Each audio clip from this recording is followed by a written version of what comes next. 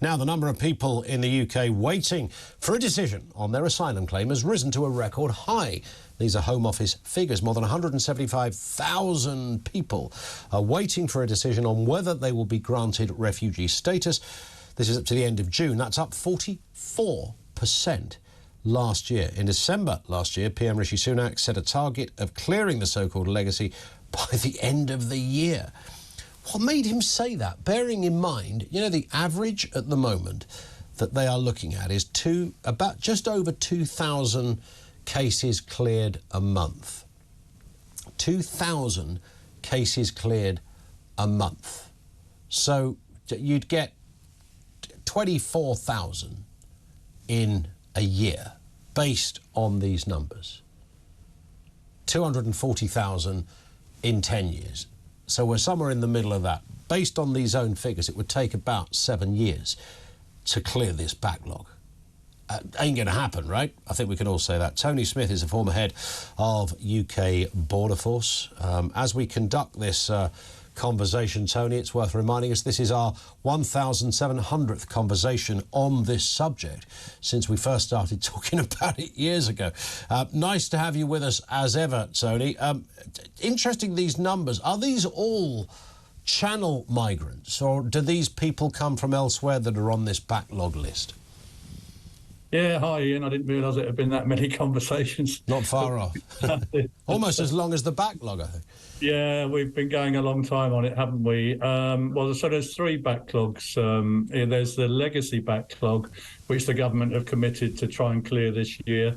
There's the Nationality and Borders Act backlog, which started last year. And then there's this new Illegal Migration Act backlog, which applies to people arriving after the new act was in force. So you've got three separate backlogs there. Of course, the latter two, Ian, you know, in the legislation, what the government is saying is, well, you're not going to be admitted into our asylum system at all because you've come from a safe third country.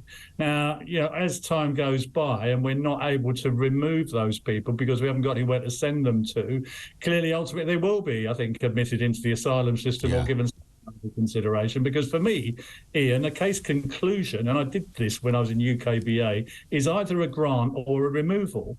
There's no halfway house. Now, if you look at removals in the latest figures, there's only about 4,000 this year, and most of those are foreign national offenders. We're not hardly removing any asylum applicants at all. And that, of course, creates the pull factor because migrants, whether they're coming across the channel or in lorries, can see that, well, actually, all I've got to do is get over there, lodge my application, and I'm in. I think that's the problem that the government have been wrestling with for some time now, is what are we going to do about removals? And at the moment, we're not really doing very much about that, are we? And would this mean, then, that we end up in this crazy situation, Tony, given that, according to the illegal migration, you can't even claim, but you could still arrive here?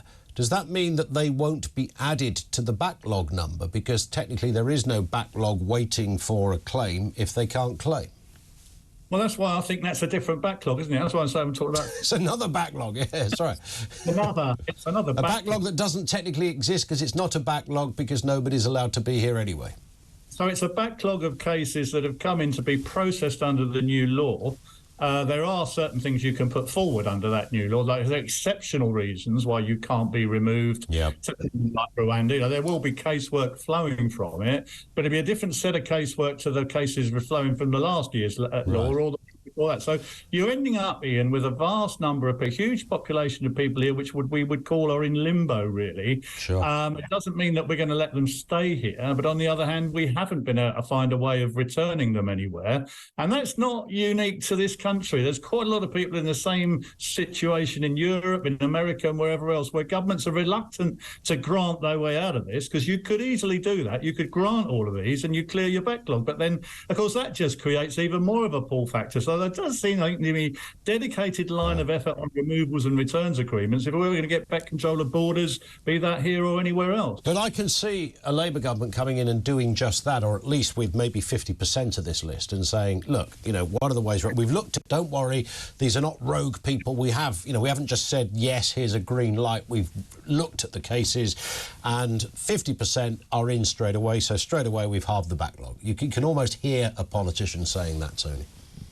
Yeah, that is one way through it. Is if you want to clear cases, as I say, then just grant them all. It's the path of least resistance, Ian. But I mean, we know they have tried really hard to tighten up on all these processes. You know, because when I was there, like if you refused someone, then they had an appeal, then they went to the Court of Appeal, then they went to judicial review, and then apply for human rights. It'd go on for years and years. So you say, well, why aren't you processing the case? Well, every time I come in on a Monday morning, there's another letter on the file putting forward some other which I can't get them on the plane. And you saw that, Ian, last year with the flight on the runway, right, waiting to go to Rwanda. You know, the amount of hurdles that the department went through to get those people on that plane, and we were plucking them all day because more stuff was coming in from lawyers. Oh, what about this person? Wait a minute, something's happened in his village back home. You can't remove him. And then, of course, we had the pyjama injunction, didn't we, at the last minute, and the plane didn't go. So if we can't start showing people, particularly migrants and smugglers, that we're actually, you know, it doesn't follow that if you come across here, you know, in a small boat in a lorry, you're going to get to stay here.